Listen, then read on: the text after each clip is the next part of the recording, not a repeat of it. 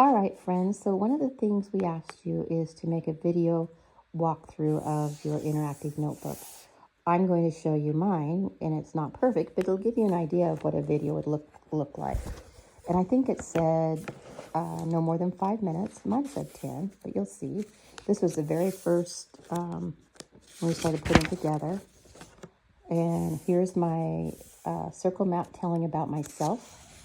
And superpowers, my superpowers are being biliterate, bilingual, bicultural, and that I'm a kind person, my dissertation.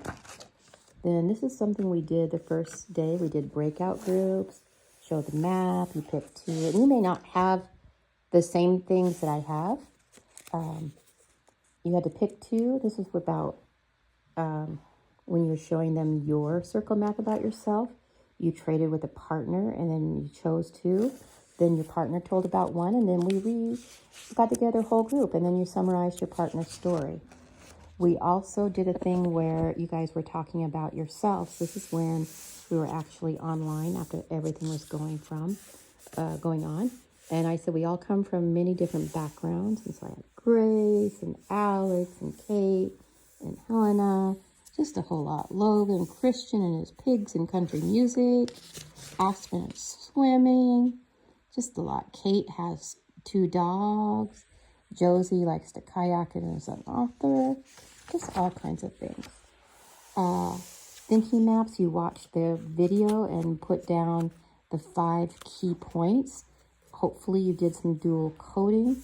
It came from the brain-based webinar. You see that I did that in green. In call, recall, and retain.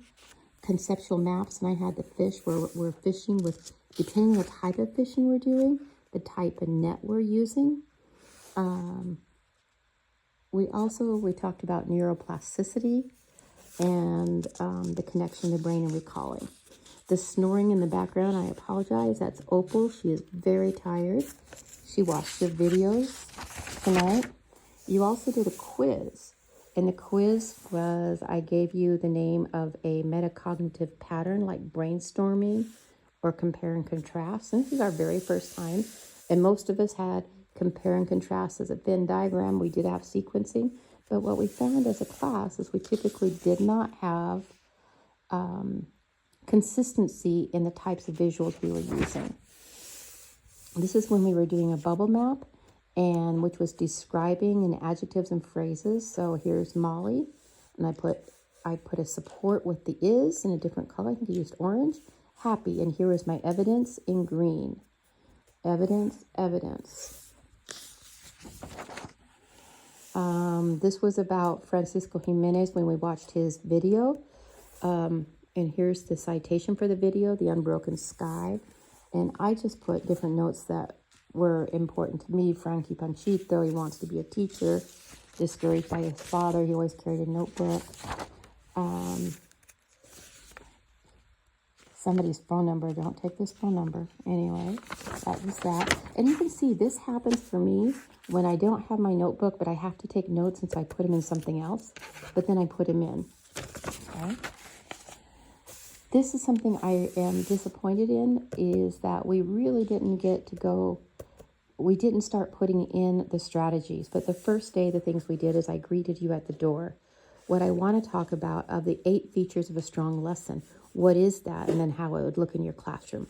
This part we didn't do, and that's what I'm disappointed in myself, but I've got it here at least. We put destiny, you, a circle map about the teacher. You did a circle map about yourself, a partner shout out, choose 3, choose 1. Each of these was an instructional strategy, but I want you to know what type of feature. Like this is lesson preparation, and there's, like I said, 8. We were looking at cultural differences between teacher and student and teacher, and how to enrich your classroom. We talked about signals. This is classroom management in my notes whenever you see it. We had signal words. We used music. We used thumbs up, thumbs down, green, red, and norms. We did repeat, summarize with a partner, and we were praise specific. Let's see. I don't know what. Oh, go-to strategies. This is notes from another training, and shouldn't be in here.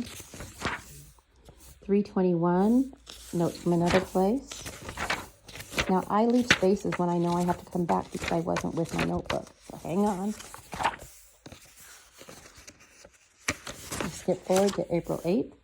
And we were looking at inside out and emotions. Kind of go over time, memories based from emotions. This was page 61. April 8th, chapter 5 on standardized testing. And you can see I took it in Avid Note form. Oh, these were who was getting things for people.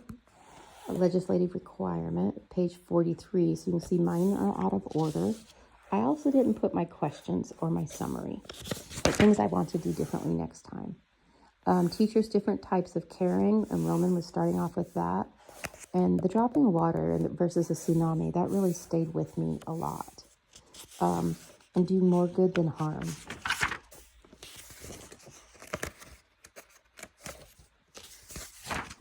April 8th, cultural congruity. I don't know why I have Isabel there. Izzy, maybe. A rant, division of boys and girls. Oh, and the cooties. I do remember this, and the dodgeballs. But a sense of empathy. Chapter 7, being supportive educators. And we talked not just out of the pocket, but really have a plan of routines, comfortable spaces, model and choices, and being in control of our own learning. And down here I put authenticity. That was my takeaway. Here, for some reason, I was doing a bridge map where I was looking at a metaphor for listening, responding. Let's see, Molly shows her authenticity by listening and responding, but I didn't finish that thought. April 8th, the poster rubric. Sequences of major chapter themes by Geneva Gay. This was page 69. And this is where we did, each of us, we all did a sequence map. I added a little visual. You can say there's be prepped. And then you guys went and did this with partners in a Congo line. We also did inside outside circle. And then the epilogue. Teachers don't do a good job. People forget the past. Students aren't performing. And instruction. Is it implemented by all? Theses, ideas, and this is something that you guys were getting together and then comparing with a partner.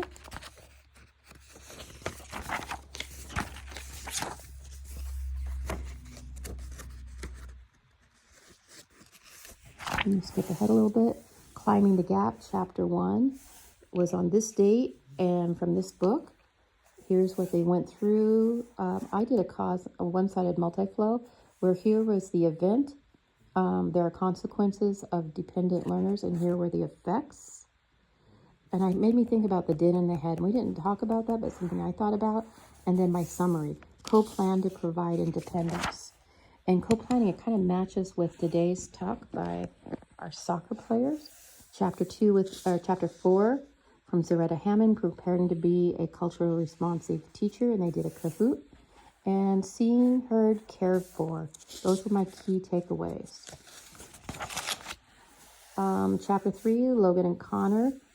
They were talking about environment. And environment is engaging, connected, funny.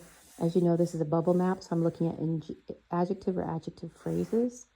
And then also, we did environment twice from different points of view. This is from the teachers of class. And this is when you're being the students. And knowing how the brain works, emotions are contagious. The room vibes are very important. This is when we were talking about what is our paper, our thesis going to look like. Chapter 7, shifting academic mindset, reframe mistakes, independent learners, and knowing my flaws. I'm at 9. Oh, I just skipped a page. That's okay. So maybe this is a 10-minute thing because I'm already, what culture has got to do with it, and the core values, are they deep? Building the foundation of learning leadership, Aspen and Christian. And it made me think about our reptile brain, and Logan was able to say that word. I was thinking about emotional safety and learning in different ways and being empathetic and consistent and affirming. Roman and May, We're talking about the information processing to build intellective capacity. And it was about pathways and learning versus memorizing, consistency, building strength. And it was interesting. I was working with a mathematics professor today, and the first level of when you talk about depth of knowledge is rote learning. So it's just memorizing the information. That is the bottom level of learning. The highest level is application. It was really interesting how they talked about it in math. They did a compare and contrast between UVA and UVB types of sun. And they did 2 types of lessons, and it was a really great model. And I was going to use that. Long Walk to Water, Mia and Salva. Then If Only You Knew, Letters to Students, Refugee. I think I'm almost done with my notebook.